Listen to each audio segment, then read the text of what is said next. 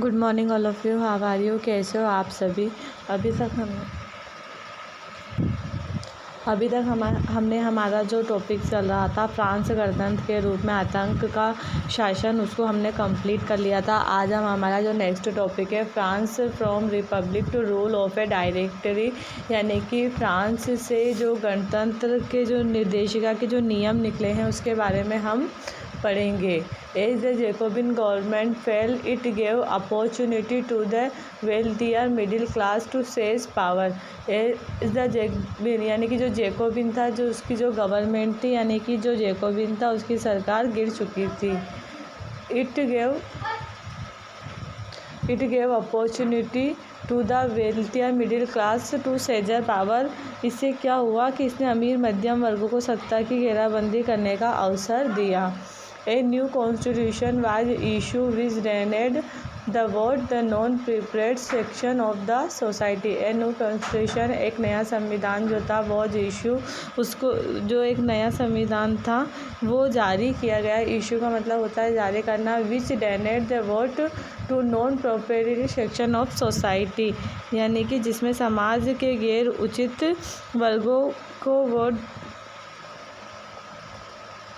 देने से इनकार किया गया था। मतलब कि जो है ए न्यू कॉन्स्टिट्यूशन, एक नया संविधान बाद इशू यानी कि जारी किया गया। Which denied the vote, denied का मतलब होता है मना करना, जिसमें कि to vote non proprietary section of society, जिसमें कि समाज के गैर उचित वर्गों को वोट देने से इनकार कर दिया गया था। It establish two elected legislative council, इसने 2 निर्वाचित विधान परिषदों की स्थापना की। इट इस्टेब्लिश मतलब कि इसने इलेक्टेड यानी कॉन्स्टिट्यूशन, इट इस्टेब्लिश स्थापना की टू इलेक्टेड लेजिस्लेटिव काउंसिल, यानी कि 2 निर्वाचित विधान परिषदों की स्थापना की। These then appointed a directory, a 5-member executive, और इसने जो है ये तब तक एक निर्देशक नियुक्त करते थे। एक सदस्य कार्यकारी में एक 5 सदस्य कार्यकारी निर्देशिका का इन्होंने गठन किया। मतलब कि ये जो थे एक निर्देशिका नियुक्त करते थे और जिसमें 5 सदस्य, 5 मेंबर एग्जीक्यूटिव जिसमें 5 मेंबर होते थे। A directory was formed to prevent concentration of power in one man executive as under the Jacobin। A directory was formed, यानी कि एक निर्देशिका का गठन किया गया जो कि जैकोबिन के तहत एक व्यक्ति कार्यकारी में शक्ति की एकाग्रता को रोकने के लिए बनाई गई थी। यानी कि जो जैकोबिन डायरेक्टरी मतलब होता है निर्देशिका, तो इन्होंने जो है एक निर्देशिका वाज फॉर्मेट यानी बनाई गई थी टू प्रिवेंट, जो रोकने के लिए बनाई गई थी, the concentration of power in one man executive as under the Jacobin, यानी कि एक उस व्यक्ति के रोकने के लिए बनाई गई थी जो जैकोबिन के लिए कार्य करता था।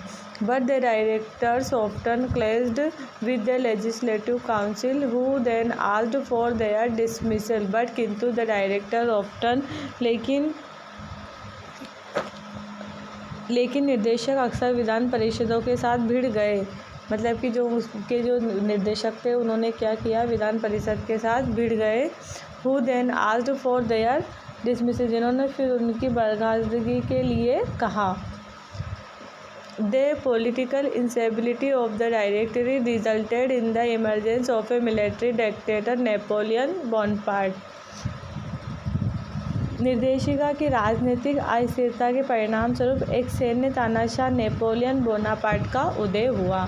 इसके बाद जो वापस से है एक नए राजा का उदय हुआ, एक नए शासक का उदय हुआ जिसका नाम था Napoleon Bonaparte.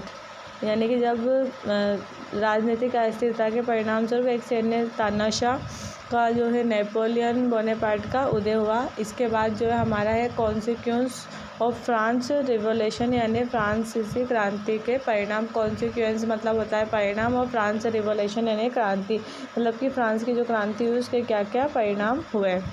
As a result of revolution in France, यानी कि फ्रांस की क्रांति का जो परिणाम स्वरूप फॉलोइंग चेंज और ऑब्जर्व, कुछ जो है बदलाव देखने में आए हैं जो कि निम्नलिखित है। तो पहला जो है वो है change in the position of estate, यानी कि जो एस्टेट है यानी कि जो संपदाएं हैं उनकी स्थिति में किस तरीके से परिवर्तन हुआ। एस्टेट का मतलब होता है संपदा, और एस्टेट्स यहाँ पे बहुत सारी बताया गया है, तो बहुत सारी मतलब संपदाओं की स्थिति में किस तरीके से परिवर्तन हुआ। Before the revolution the society of France was divide into 3 estate, मतलब कि क्रांति के पहले जो समाज जो था वो 3 संपदाओं में विभाजित था। The first and second estate enjoy the power while third estate paid. जो फर्स्ट और सेकंड संपदा होती थी वो इंजॉय करते थे पावर, मतलब शक्तियों का आनंद लेते थे, जबकि जो थर्ड एस्टेट होता था यानी कि थर्ड जो संपदा होती थी उसको टैक्स देना पड़ता था। इसके बारे में मैंने पहले भी आपको बताया था। The third estate consisted of peasant, artisan, labour, businessman, official and lawyers. जो थर्ड स्टेट होता था मतलब जो तीसरा संप्रदाय होता था उसमें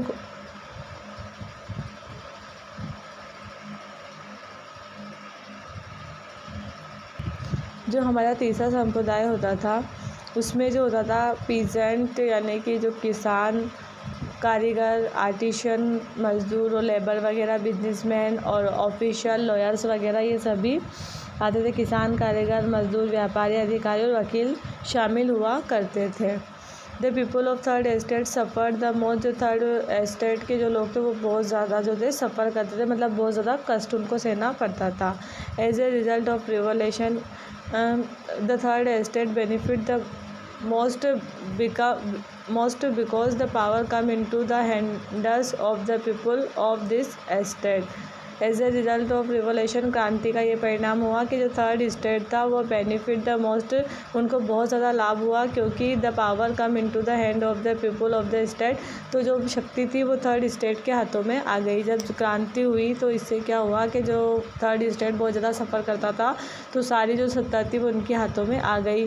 the people of first and second state who enjoyed certain privilege by birth were forced to relinquish power and hence lost their privilege. और जो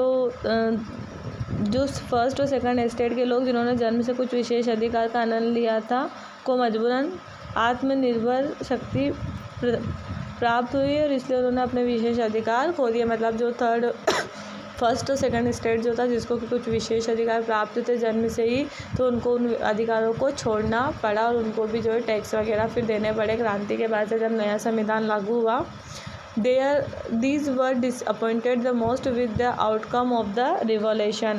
क्रांति के परिणाम से ये सब से ज़्यादा निराश हुए क्योंकि उन लोगों के जो विशेष अधिकार थे वो समाप्त हो चुके थे, इसलिए उन लोगों को जो है बहुत ज़्यादा निराश हुए। वो लोग बहुत ज़्यादा मतलब इस चीज़ से जो है खुश नहीं हुए। अब जो सेकंड जो है वो impact on the people of the world, इसको हम कल पढ़ेंगे। ये भी जो है क्रांति के परिणाम स्वरूप हुआ चेंज है।